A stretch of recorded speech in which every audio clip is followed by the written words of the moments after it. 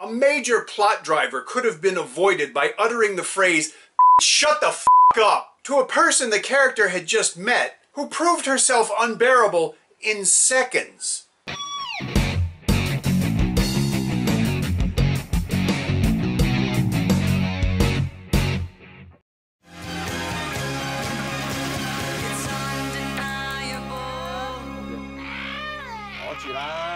Hi, welcome to the Silver Spleen. My name is Ernesto Lin, and this is my review of Love Off the Cuff. Love Off the Cuff is the third film from Pang Ho-chung, starring Sean Yu and Miriam Young. It started with 2010's Love in a Puff and was followed in 2012 by Love in the Buff. In this third installment, their relationship has miraculously managed to make it across almost 10 years, even as neither one of them seems very committed to one another. Both seem to be suffering from some kind of emotional trepidation, and both are surrounded by groups of friends who do what friends in romantic comedies always do: annoy me. Speaking of which, it's kind of fascinating how much dialogue chemistry the two leads have, while their relationship is utterly unconvincing on an emotional level. I think these two characters are in love with their relationship and everything that it requires them to do a lot more than they're in love with each other.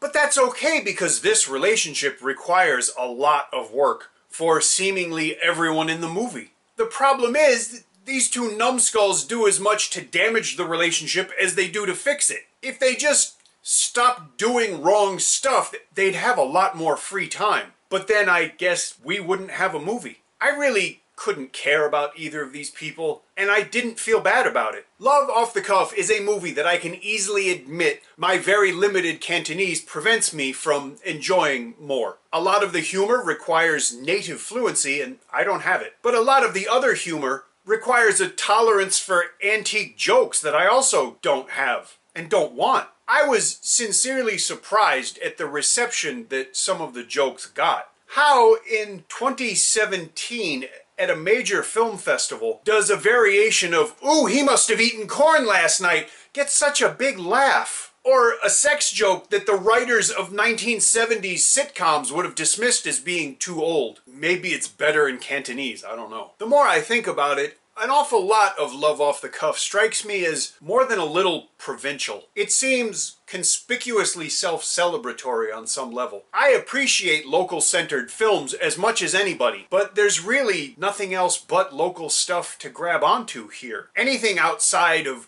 very local references are either cursory or just wrong. How does Jimmy's cousin, who grew up in Toronto, only speak Mandarin? Oh, I know, because she's played by a mainland actress.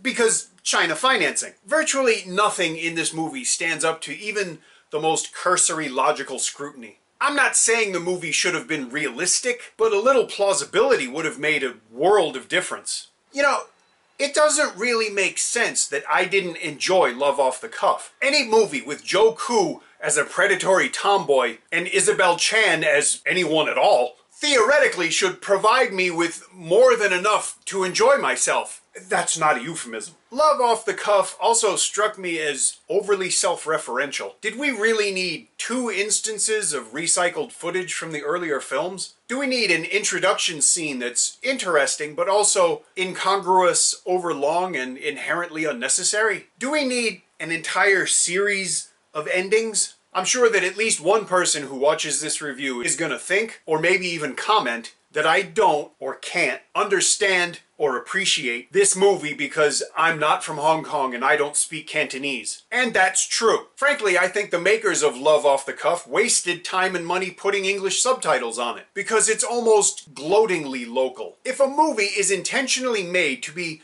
inaccessible to anyone but a very small audience, why show it to anyone else? You know what, let me at least end on a positive note. My favorite thing about Love Off the Cuff is that it allows you to play the official Silver Spleen game, Where is Jane Wong? Obviously, I didn't really enjoy this movie too much, and sure, part of it is that I'm just not in a position to appreciate all the localness of it. But at the same time, that's all there is to this movie. But you know what? That's just my opinion. If you want to watch this movie and enjoy it, go ahead. There is funny stuff in it. There's some good acting. There's interesting dialogue. The cinematography is nice. But in general, Remind yourself that you're going to watch an essentially disposable romantic comedy, and that will probably help.